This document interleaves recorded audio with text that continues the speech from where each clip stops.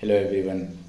इस वीडियो में हम लोग सांप्रदायिकता की बात करेंगे। कम्युनलिज्म क्या है और इनके क्या कारण हैं, संप्रदायवाद का उदय कैसे हुआ, ये अनेक एग्ज़ाम में पूछे जाते हैं। IAS, PCS, academic, BA, MA और नेट वगैरह में भी रीजनिंग के क्वेश्चन होते हैं।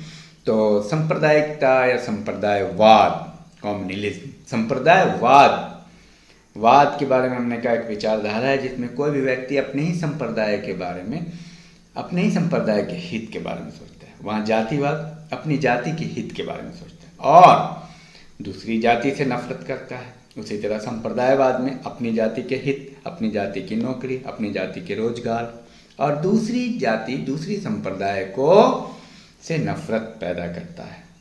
ये है संप्रदायवाद। प्रश्न है कि इसका उत्तरदायी कौन है।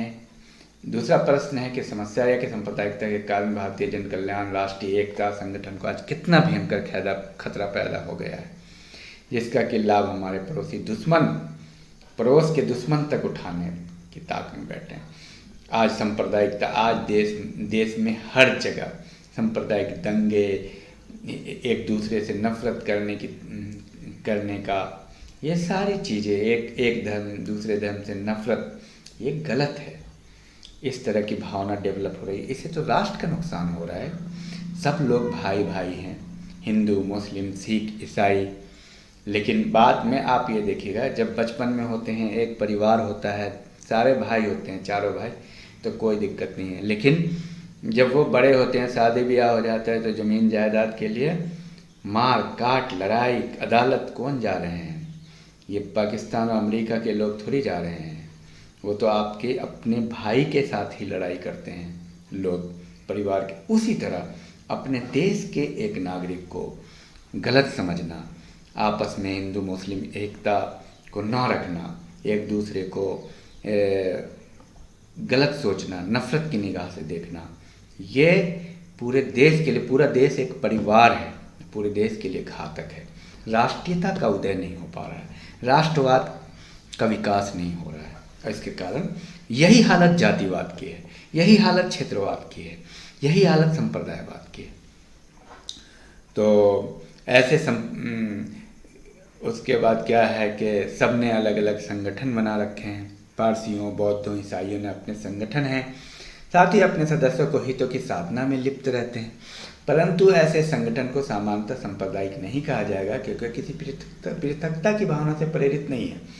हर जगह पृथकता नहीं है। मैंने कहा हिंदू होना, मुस्लिम होना, सिख होना बुराई नहीं है। बुराई यह है वाद होना, सिर्फ और सिर्फ अपने बारे में सोचना। मुस्लिम लीग, हिंदू महासभा, अन्य संस्थाएं सांप्रदायिक कहा जाए, क्योंकि वे धार्मिक अथवा भाषा समूह के अधिकारों और हितों को राष्ट्रीय हितों के ऊपर रखते हैं। तो इस तरह आप यह हम संक्षेप में देखते हैं। स्मिथ के शब्दों में, W.C. स्मिथ, इसको आप ज़रूर कोट कीजिएगा।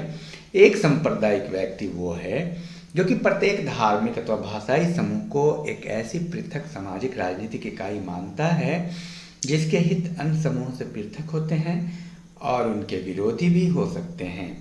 ऐसे ही व्यक्तियों अथवा विचारधारा को संप्रदायवाद कहा जाता है।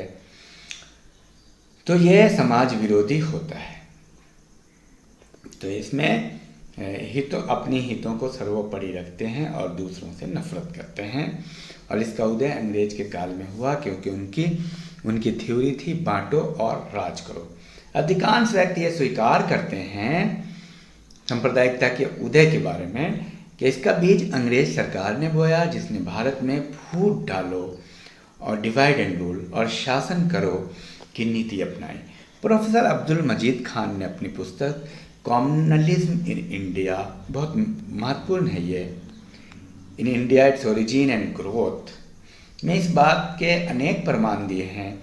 सन 1885 में स्थापित भारतीय राष्ट्रीय कांग्रेस की राष्ट्रवाद की बढ़ती हुई बाढ़ को रोकने के लिए अंग्रेज सोच रहे थे कि भारत के मुख्यतः दो जातियों, हिंदुओं और मुसलमानों के बीच एक दरार उत्पन्न करना आवश्यक है। लॉर्ड कर्जन द्वारा बंगाल विभाजन और उसके उत्तराधिकारी लॉर्ड मिंटो द्वारा मुसलमानों को पृथक निर्वाचक मंडलों की प्रणाली अपनाना, ये दो इस दशा में जघन्य कार्य थे। सन 1909 में इस प्रणाली को तत्कालीन भारत मंत्री लॉर्ड जॉन मार्ले की इच्छा के विरुद्ध लागू भी कर दिया गया। अतः 1906 में मुस्लिम लीग भी बन गई और इसने भारतीय मुसलमानों में सांप्रदायिक दृष्टिकोण एवं भावना को उत्पन्न करने और उसे तीव्र बनाने में एक महत्वपूर्ण भूमिका अदा की। तो ये रहा सांप्रदायिकता के आधार। वर्तमान भारत में सांप्रदायिकता आज भी जो हालत ब्रिटिशों ने की वही हालत जो अंग्रेजों ने की, फूट डालो और शासन करो, हमारे भारतीय लोग, भारतीय नेता भी यही काम कर रहे हैं। अपने दो नागरिकों को, हिंदू और मुसलमान को बांटने का काम कर रहे हैं, बांटो और राज कर रहे हैं। क्यों कर रहे हैं? क्योंकि ध्रुवीकरण हो रहा है। मुसलमान नेता मुसलमानों को इकट्ठा कर रहे हैं, हिंदू नेता हिंदुओं को इकट्ठा कर रहे हैं और बांटो और राज करो की नीति अपना रहे हैं। और बाकी जनता गरीब है, अशिक्षित है, अस्वस्थ है, सड़क और पानी की सुविधा नहीं है, बिजली की सुविधा नहीं, इस बात से किसी को कोई मतलब नहीं। लेकिन हमें वोट चाहिए, वो तुम्हारा दुश्मन है, हम तुमको उससे बचाएंगे, वो तुम्हारा दुश्मन है, हम तुमको उससे बचाएंगे। इस खेल में आम जनता का बुरा हाल है। आम जनता को रोजगार नहीं है, आम जनता को स्वास्थ्य नहीं है, आम जनता को सड़क, पानी, बिजली की समस्या है, आम जनता को घर रहने के लिए घर नहीं है, लेकिन नफरत भरा हुआ है। तो सांप्रदायिकता के दुष्परिणाम क्या हो सकते हैं? आपसी द्वेष और आर्थिक हानि, ये सब राष्ट्रवाद के लिए बाधक है। प्राण हानि, राजनीतिक अस्थिरता, हर जगह राजनीतिक अस्थिरता, हर राज्य में राष्ट्रीय एकता में बाधा। सबसे बड़ी बात यह है कि राष्ट्रीय एकता के लिए बाधा। ये सारे पॉइंट आप याद कर लें। सांप्रदायिकता को दूर करने के क्या सुझाव हो सकते हैं, आइए देखते हैं इन पॉइंट को। ये बहुत महत्वपूर्ण पॉइंट है।